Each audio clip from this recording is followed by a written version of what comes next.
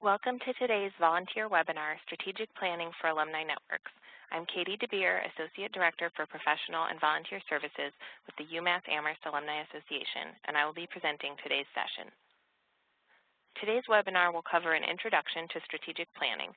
We'll discuss how your efforts to develop a plan for the upcoming year will enable the Alumni Association to provide you increased support in the upcoming year.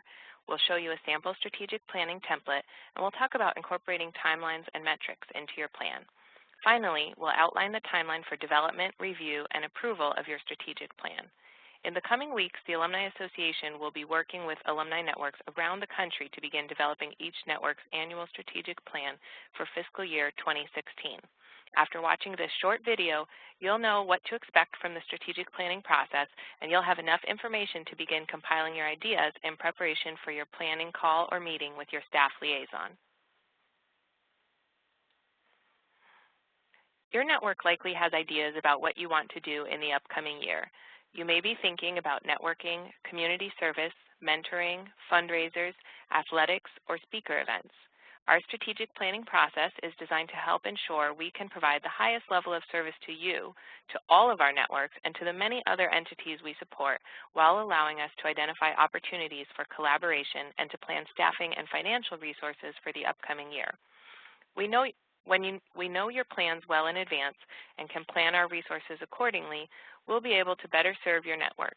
The level of support your network receives will be tied to the programs outlined in your approved strategic plan, so now is the time to propose any and all programs you're considering.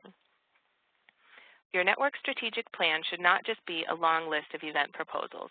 While we want your events to be included, you'll work in partnership with your staff liaison to focus in on key goals to strengthen your network, goals which are aligned with the goals of the Alumni Networks program and the Alumni Association's strategic priorities, which may or may not be event-related.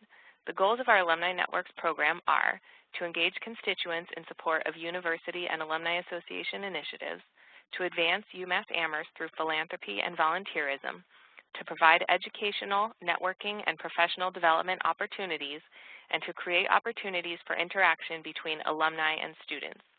To learn more about the goals of our alumni networks, visit umassalumni.com and click on Current Volunteers at the top right. Your staff liaison will provide you with a template strategic plan, including suggested goals and metrics. The template is meant to be a starting point, and your final plan will be developed in partnership with volunteers and staff. We hope that you'll be an active contributor to the development of the plan, and will work with your staff member to personalize your goals and how you hope to achieve them. Here's what to expect from the strategic planning process. You'll review the template, including the goals recommended by your staff liaison. You'll personalize the goals, then assign timelines and metrics, which are the measurable criteria by which you'll evaluate your success. You'll add any new goals or ideas and list any project proposals, even if they're just vague ideas at this point. If you think you might want to do it, now is the time to tell us about it. Once you submit your plan, it will be reviewed along with the strategic plans from all other networks and from all other entities, including campus partners, constituent groups, and internal program areas that our office supports. Proposals will be reviewed and evaluated based on how they support the network goals and with consideration given to available staffing and financial resources. The review process will also be looking to identify overlapping goals between groups, which could offer potential partnerships.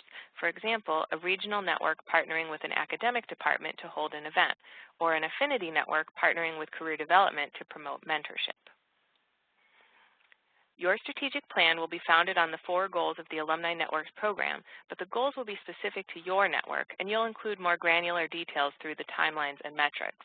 The document you receive may look complex, but ultimately what we're looking to define is, what does your network want to achieve in the upcoming year?